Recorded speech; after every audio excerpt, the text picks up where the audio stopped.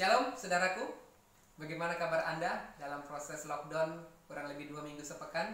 Tetap bersemangat, tetap bersuka cita, tetap luar biasa di hadapan Tuhan ya. Dan hari ini bersama dengan saya William Pontonuwu ingin mengajar lagi dalam pertemuan ke-6 sejarah gereja umum ya. Minggu yang lalu kita sudah belajar sejarah gereja umum pertemuan ke-5 tentang bagaimana perpecahan gereja dalam konsili Nisea. Kita sudah belajar tentang konsili, tentang Trinitas, tentang bagaimana perkembangan gereja barat disertai dengan penganiayaan. Dan hari ini kembali lagi bersama dengan saya akan mengajar Anda tentang tokoh-tokoh sejarah gereja barat. Tetap mengikuti dengan baik dan jangan sampai ada yang terlewatkan ya. Oleh karena itu pada hari ini tokoh yang pertama adalah Hieronymus. Hieronymus lahir atau hidup pada tahun 345 sampai 420 Masehi. Nama lengkapnya adalah Sopronius ya. Dia punya nama Sopronius Eusebius Hieronymus. Dia lahir di Italia dan hidup sebagai petapa. Dia adalah seorang petapa, belajar penelitian ilmiah. Di samping sebagai petapa, dia juga belajar penelitian ilmiah. Dia mahir bahasa Ibrani, Yunani dan Latin. Suka membaca dan haus akan pengetahuan. Dia belajar ilmu retorika, jadi punya ilmu pidato yang hebat. Dia orang yang ahli dalam pidato. Hieronymus ini sumbangannya yang besar adalah menerjemahkan Alkitab dalam bahasa Latin Vulgata untuk umum. Jadi tokoh yang pertama kali menerjemahkan Alkitab dari bahasa Yunani ke dalam bahasa Latin atau Vulgata, itu dari Yunani ke Latin yang digunakan untuk orang awam, dari kata vulgus rakyat, dan naskah ini masih diakui oleh gereja Roma Katolik sampai hari ini. Jadi Hieronymus inilah satu-satunya tokoh yang menerjemahkan Alkitab bahasa Yunani ke dalam bahasa Latin dan digunakan oleh orang Roma Katolik untuk supaya mereka lebih mudah lagi memahami firman Tuhan. Yang kedua adalah Ambrosius. Ambrosius hidup dari tahun 330 sampai 397 Masehi. Pemimpin gereja barat terbesar di abad keempat. Jadi abad keempat adalah abad di mana kepausan, paus sudah merajalela. Di situ Ambrosius lahir, hidup ya. Sebagai seorang pejabat gubernur di wali negeri di Milano. Saat dia menjadi gubernur, ia adalah orang Kristen yang belum dibaptis. Pada saat pemilihan uskup jemaat, dia mengalami kesulitan, tetapi tiba-tiba ada seorang anak berteriak, Ambrosius uskup, Ambrosius uskup, Ambrosius uskup. Maka ia dipilih menjadi uskup hanya gara-gara seorang anak yang berteriak. Ini adalah mungkin salah satu cara Tuhan atau tuntunan Tuhan kepada dia untuk memilih dia, memanggil dia menjadi seorang uskup. Dia mempertahankan keputusan konsili Nisea, yaitu mengenai kealahan Kristus, bahkan konsep Allah Trinitas. Allah Trinitas itu ditetapkan oleh gereja Roma Katolik di dalam konsili Nisea, dan Ambrosius inilah yang ikut andil dalam merumuskan tentang pengajaran kealahan Kristus, terutama tentang Tritunggal yang kita pegang sampai hari ini. Dia seorang yang pandai bicara, yang fasih lidah, menafsirkan Alkitab secara alegoris, sehingga perjanjian lama menjadi hidup saat dikhotbahkan. Kontribusi jasanya terhadap gereja yaitu menetapkan prinsip-prinsip yang penting mengenai kebebasan gereja dan kewajiban seorang raja Kristen, dan ini menimbulkan konflik. Jadi Ambrosius ini adalah orang yang mahir, orang yang ahli fasih berbicara, yang merumuskan Trinitas, tapi dia juga punya kontribusi bagi gereja, yaitu apa? Menetapkan prinsip-prinsip yang penting bagi kebebasan bergereja, kebebasan untuk bergereja dan kewajiban seorang Kristen saat ada konflik. Ya mungkin saat ini kita ada konflik coronavirus, konflik bagaimana kita tidak bisa bergereja, tapi kita bisa melakukan ibadah di rumah dengan live streaming. Tapi disinilah iman kita dipertaruhkan untuk tetap mengikuti Tuhan, untuk tetap beribadah kepada Tuhan. Tapi pada zaman itu bukan virus, tetapi penganiayaan, tetapi desakan dari pemerintah. Bagaimana pemerintah terkadang ikut campur dengan gereja. Tapi Ambrosius hadir, lahir sebagai uskup yang pandai berbicara. Dia menentang pejabat-pejabat yang tidak sesuai dengan iman Kristen. Berikut adalah Agustinus. Ini Agustinus adalah orang yang luar biasa. Agustinus hidup dari tahun 354 sampai 430. Dia lahir di kota Tagoste, Afrika Utara ya, orang Afrika, perbatasan Aljazair dengan Tunisia. Ayahnya adalah seorang kafir. Ibunya seorang yang saleh dan penuh kasih. Luar biasa saudara. Dia punya ayah kafir, tapi ibunya seorang yang takut Tuhan, yang saleh. Biasanya sih harusnya ayah, tapi ini ibu. tapi ibunya terus berdoa. Dia terus dengan penuh kasih mendoakan Agustinus. Pada saat dia usia 16 tahun, dia terus belajar retorika di Kartago untuk menjadi seorang pengacara. Sebagai seorang yang cerdas, tetapi dia hidup dalam percabulan, ganti-ganti pasangan, hidup kumpul kebo, dan dia pernah tidur dengan seorang wanita seperti suami istri, sampai wanita itu menghasilkan anak. Artinya dia kumpul kebo, ganti-ganti pasangan, sekalipun dia orang yang cerdas. Di umur yang ke-19 tahun, Agustinus membaca buku filsafat, dan akhirnya dia mencari kebenaran. Karena dia belajar filsafat, dia terus menyelidiki kebenaran, dia terus menggali kebenaran, dia mengajar.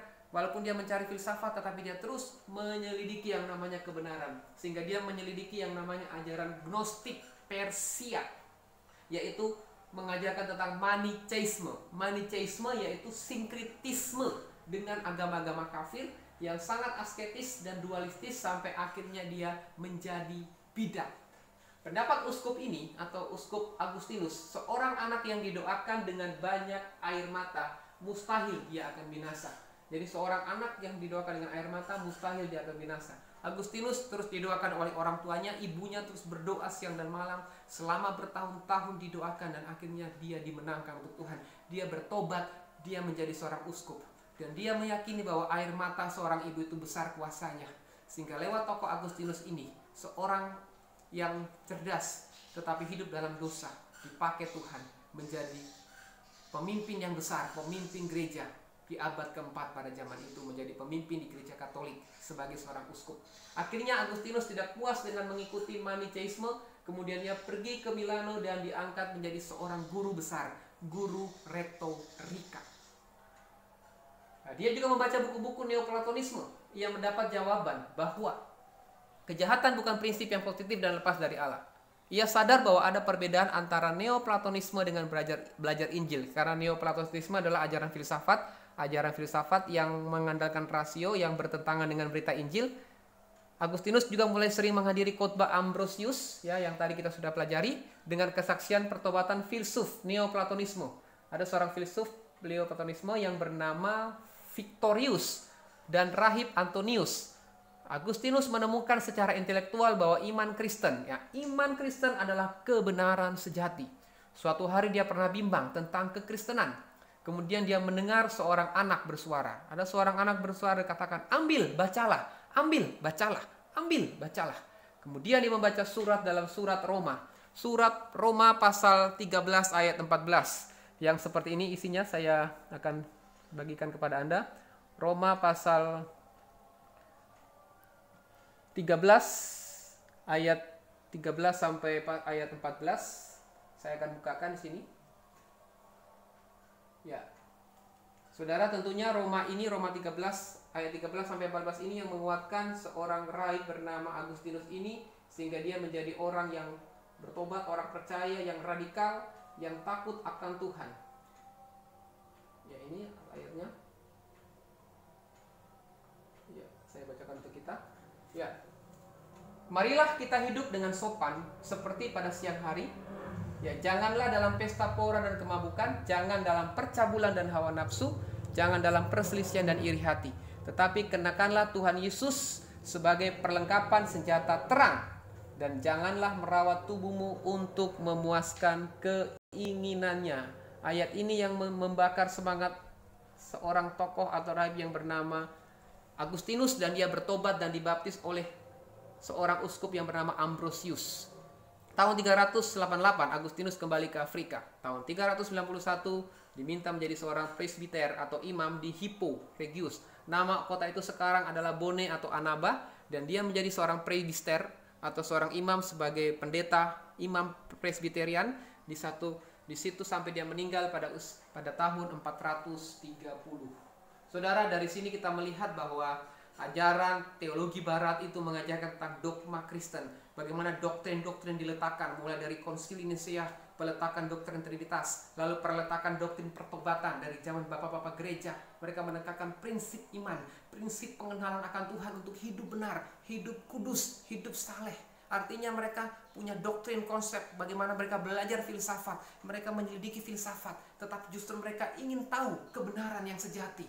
tidak hanya cukup belajar filsafat, tapi mereka terus belajar firman Tuhan, menggali firman Tuhan sampai mereka menemukan kebenaran yang sejati. Itu artinya bahwa filsafat juga diperlukan bagi orang-orang cerdas. Filsafat juga diperlukan bagi orang-orang yang ingin mengkritisi tentang kebenaran. Saudara, gereja barat pada peletakan dasar pertama di abad keempat, bagaimana gereja sudah mulai goncang.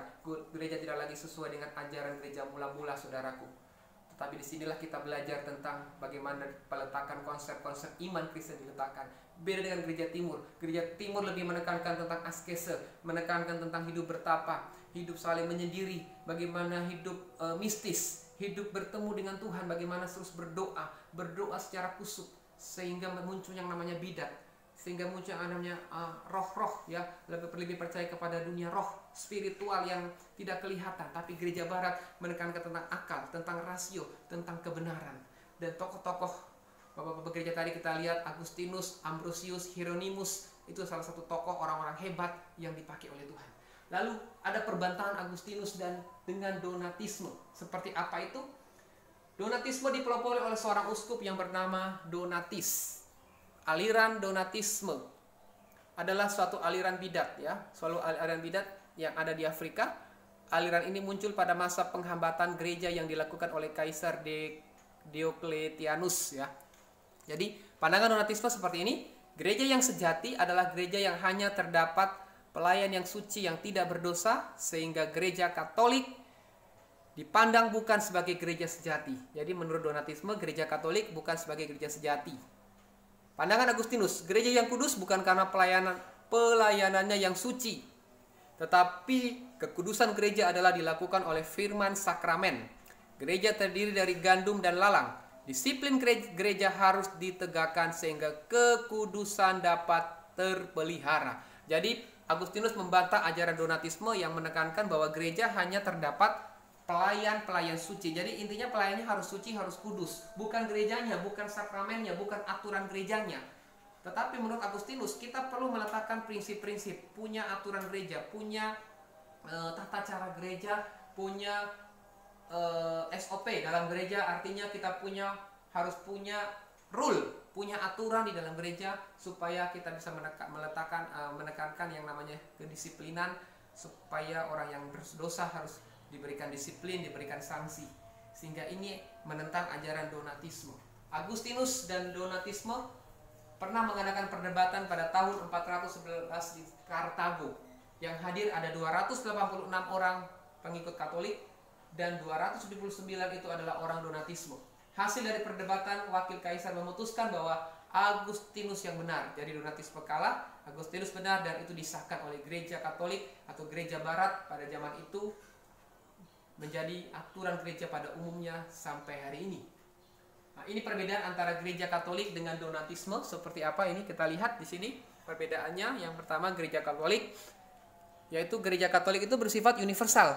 Sedangkan Donatisme, itu pandangan Donatisme itu seperti katak yang bergerak di rawa-rawa, hanya kamilah orang Kristen. Jadi menganggap hanya merekalah orang Kristen. Tapi kalau Katolik, semua orang di dunia yang kenal Yesus, percaya kepada Yesus adalah orang penganut Katolik. Dalam gereja Katolik, interpretasi yang salah dari 1 Yohanes 3:18, "Kasihilah dan berbuatlah sekehendakmu." Sekehendakmu tidak boleh diartikan salah. Itu menurut gereja Katolik. Sedangkan Donatisme, kata sekehendakmu dipakai Donatisme sebagai alasan untuk menghukum mati bagi orang sesat. Donatisme tidak mengenal kasih persaudaraan.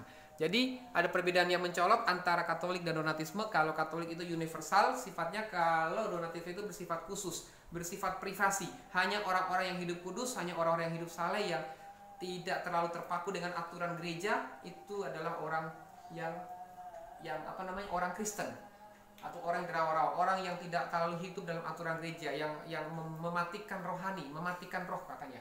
Tapi kalau Katolik mengatakan kasihilah itu tidak boleh disalahartikan, disalah tafsirkan.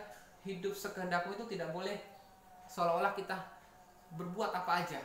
Tapi kalau sekehendakmu menurut Donatisme itu alasan untuk kita menghukum mati. Kalau orang bersalah, orang berdosa itu kita nggak boleh kasih. Mereka menentang kasih persaudaraan karena bagi mereka kasih itu hanya kepada orang-orang benar, orang-orang hidup saleh itu yang perlu dikasih. Tetapi kalau orang berdosa itu tidak perlu dikasih dan itu harus dihukum. Tokoh Pelagius adalah seorang rahib dari Inggris. Dia punya ajaran ini, seorang bisa hidup tanpa dosa dengan tidak ditolong oleh Allah. Jadi Pelagius mengatakan orang hidup tanpa dosa tanpa ditolong oleh Allah. Tidak percaya bahwa kejatuhan Adam dalam dosa mempunyai akibat sehingga semua manusia itu berdosa, semua manusia di dunia berdosa dan dikuasai dosa. Keselamatan manusia adalah kerjasama antara kemampuan berbuat baik manusia dengan anugerah Allah. Manusia mempunyai kehendak bebas, berarti manusia mempunyai kemampuan untuk tidak berbuat dosa. Manusia punya kehendak bebas, berarti manusia punya kemampuan untuk tidak berbuat dosa. Keselamatan menurut Pelagius adalah dia tidak percaya tentang dosa warisan atau dosa Adam dan Hawa itu membuat semua dunia berdosa. Bahkan dikatakan seorang bisa hidup tanpa dosa dan tanpa ditolong oleh Allah. Jadi kita bisa hidup tanpa berdosa tanpa bantuan Allah. Dan dikatakan juga kita harus ada kerjasama antara berbuat baik dengan anugerah Allah. Jadi anugerah Allah itu nggak sempurna. Anugerah Allah harus plus perbuatan baik supaya kita mencapai yang namanya keselamatan. Itu menurut ajaran dari Pelagius. Ya. Pertanyaan pertama adalah, menurut Anda, apakah ajaran Pelagius ini sesuai dengan firman Tuhan? Apakah ajaran Pelagius yang menyatakan anugerah Allah atau keselamatan itu adalah perbuatan baik, hasil perbuatan baik manusia plus ditambah dengan anugerah Allah? Menurut Anda seperti apa keselamatan yang benar sesuai firman Tuhan? Apakah ajaran Pelagius ini sudah sesuai firman Tuhan, yaitu keselamatan karena kita berbuat baik plus ditambah dengan anugerah Allah? Atau keselamatan yang bagaimana? Seperti apa yang menurut firman Tuhan? Itu menurut Anda, silakan saudara sebutkan ayatnya, konsep dasar ayat firman juga boleh saudara sampaikan dalam secari kertas yang saudara tulis atau saudara ketik. Itu pertanyaan pertama. Kita lanjut, berikut.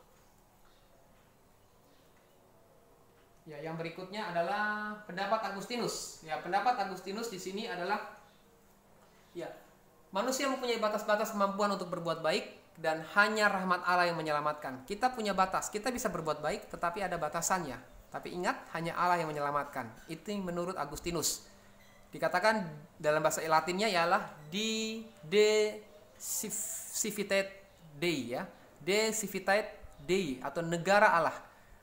Sebuah buku tentang negara Allah, alasannya menulis buku ini karena gereja disalahkan oleh orang kafir dan dianggap sebagai penyebab runtuhnya negara Roma. Jadi negara atau gereja itu disalahkan oleh orang kafir dan dianggap sebagai penyebab kehancuran Roma, keruntuhan Roma itu karena orang-orang kafir. Sehingga buku ini ditulis sebagai negara Allah. Pandangan Agustinus, dia menggambarkan adanya dua kerajaan yang bertentangan, ya, yaitu kerajaan Tuhan Yesus dan kerajaan iblis. Kerajaan surga melawan kerajaan bumi. Terang melawan gelap, kerendahan hati melawan kecongkakan. Kerajaan yang pertama nampak dalam kerajaan Kristus, kerajaan yang kedua itu nampak dalam kerajaan dunia, terutama dalam kekaisaran Romawi. Kerajaan dunia harus binasa, tetapi kerajaan Tuhan tidak dapat diruntuhkan. Jadi menurut Agustinus bahwa Romawi itu sebagai musuh orang percaya, kerajaan Romawi itu yang membuat gereja hancur, yang membuat gereja pecah, bahkan menjadi penganiaya gereja itu karena Roma. Jadi pengaruh Romawi sangat kuat. Mereka meletakkan tentang konsili Nisea supaya membangun satu doktrin untuk melemahkan gereja, supaya gereja itu bisa tunduk kepada pemerintahan Roma. Tapi di satu sisi mereka juga menggunakan penganiayaan untuk meruntuhkan gereja. Tapi gereja terus berkiprah, gereja terus berkembang, gereja terus menyebar sampai kepada pelosok dunia negeri, bahkan sampai ke Asia, sampai pada hari ini. Itu artinya bahwa pandangan Agustinus ini adalah untuk menyerang kekaisaran Romawi. Kerajaan dunia dapat berguna jika negara dunia mau melayani gereja dan memelihara keamanan dan kebenaran di bumi. Di dalam buku ini Agustinus juga menguraikan tentang kerajaan 1000 tahun. Ya, kerajaan Romawi terpecah pada abad yang ke-5. Kalau kita melihat kerajaan Romawi terpecah abad ke-5 setelah Theodosius tahun 378 sampai 395 meninggal, Romawi diserbu oleh barbar. Jadi ada kerajaan barbar yang menyerbu Romawi setelah kematian Theodosius. Situasi politik tidak stabil dan kebudayaan mulai merosot. Ya, dalam keadaan tergoncang ini, gereja di Eropa Barat merupakan faktor satu-satunya yang stabil. Sehingga gereja mulai mengambil alih mengatur masyarakat, gereja mulai diatur oleh negara. Disinilah muncul kepausan. Abad kelima adalah abad yang muncul yang namanya kepausan. Jadi dari abad pertama sampai abad ketiga adalah peletakan gereja mula-mula. Gereja yang berdiri atas para rasul dan para nabi itu di abad pertama sampai abad ketiga. Abad keempat di mana abad bapak-bapak gereja untuk merumuskan tentang yang namanya doktrin-doktrin gereja, prinsip-prinsip iman. Tapi di abad kelima gereja mulai diserongkan. Munculnya kepausan, mulai ada penyerongan kebenaran. Disinilah munculnya kepausan supaya apa? Gereja bisa diatur oleh satu negara, atau gereja bisa membawa negara untuk bisa bekerja sama dengan gereja. Ya, dengan munculnya kepausan ini, setelah diserang oleh bangsa lain, Romawi diserang oleh barbar, akhirnya muncul paus supaya masyarakat meminta perlindungan uskup, karena uskup itu sangat pemberani dan mempunyai pendirian yang kuat. Uskup Roma mulai menguasai uskup yang lain. Jadi uskup Roma itu adalah uskup yang hebat, yang berani, mengerti dalam militer, mengerti dalam dunia politik, bahkan bisa menguasai negara. Dan paus adalah kaisar. Jadi paus bukan hanya pemimpin agama, tapi paus sebagai kaisar pada zaman itu di abad kelima. Ketika kaisar memindahkan pusat pemerintahan ke Bizantium, ya, kota Roma tidak berkuasa lagi secara politik. Sebab itu pendapat orang barat, gereja Katolik lah yang menggantikan pemerintah negara, dan uskup Roma lah yang menggantikan kaisar sebagai tokoh yang tertinggi. Jadi dengan kata lain bahwa negara Roma, orang Katolik, menurut pendapat orang-orang barat ya, gereja Katolik lah yang menggantikan pemerintahan negara. Jadi pemerintahan negara itu diganti jadi pemerintahan Katolik ya, keuskupan, dan uskup Roma yang menggantikan kaisar dunia pada zaman itu. Dan paus lah menjadi kaisar tertinggi yang menguasai dunia, yang bahkan berpengaruh di seluruh dunia barat pada zaman itu. Sehingga dengan kata itu, saat itulah muncul istilah paus. Dan istilah paus dikatakan sebagai wakil Allah di dunia dan sebagai pengganti Petrus. Jadi paus ini adalah pengganti Petrus. Petrus adalah rasul pertama, peletakan gereja pertama, lalu paus itu meneruskan ajaran Petrus dalam Matius 16 ayat 18. Paus I yang bernama Leo, jadi Leo I adalah paus pertama yang terpilih di tahun 440 sampai 460 Masehi. Pada masa kepausan ini muncul juga yang namanya biara-biara sebagai tempat pendidikan untuk mengembangkan kebudayaan skolastik atau teologi sebagai induk segala pengetahuan, filsafat, psikologi, dan sebagainya. Kalau orang dunia, orang sekuler mengatakan filsafat adalah induk dari ilmu pengetahuan, tetapi kita sebagai orang percaya, kita sebagai hamba-hamba Tuhan menyetujui bahwa teologilah sebagai induk dari segala pengetahuan, baik filsafat, psikologi, dan sebagainya. Perkembangan ini selesai pada saat Paus Gregorius I. Paus Gregorius I bernama Gregorius Agung di tahun 590 sampai 604 Masehi. Ia menutup sejarah gereja kuno atau gereja awal. Gereja kuno berakhir di masa kepemimpinan Paus Gregorius I dan mengawali pada sejarah gereja abad pertengahan, atau gereja mulai mengadakan ekspansi ke Eropa. Jadi dari Roma ke Eropa dimulai pada abad pertengahan. Jadi ini adalah abad gereja kuno, abad gereja awal, dari masa zaman gereja-gereja mula-mula, bapak-bapak gereja hingga zaman kepausan.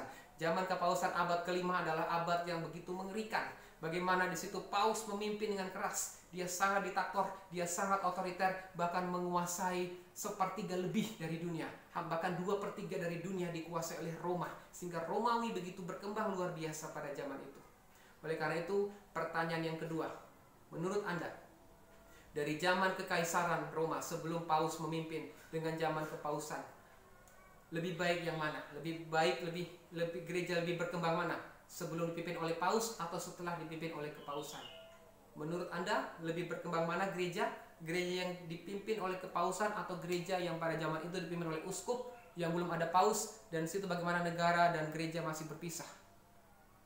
Menurut Anda, yang mana yang lebih baik dan lebih bisa membuat gereja berkembang? Pertanyaan yang ketiga adalah saudara akan menyelidiki, saudara akan menanggapi video link yang akan saya bagikan di grup Sejarah Gereja Umum. Ada link video, saudara bisa tanggapi. Menurut Anda seperti apa? Jadi 3 tugas tadi. Yang pertama adalah tentang pandangan Eusebius, pandangan Pelagius. Menurut Anda seperti apa? Apa tentang konsep keselamatan? Dan yang kedua tadi tentang tentang perkembangan gereja. Menurut Anda gereja yang mana yang lebih berkembang? dipimpin oleh paus atau gereja yang sebelum dipimpin oleh paus atau masa keuskupan. Dan pertanyaan ketiga adalah tanggapan tentang khotbah di video YouTube yang akan saya bagikan linknya di grup Sejarah Gereja Umum. Demikianlah pengajaran pertemuan ke-6 Sejarah Gereja Umum. Tetap semangat, tetap jaga kesehatan, jaga kondisi, dan tetap berdoa dekat dengan Tuhan supaya badai akan segera berlalu. Tuhan Yesus memberkati. Terima kasih.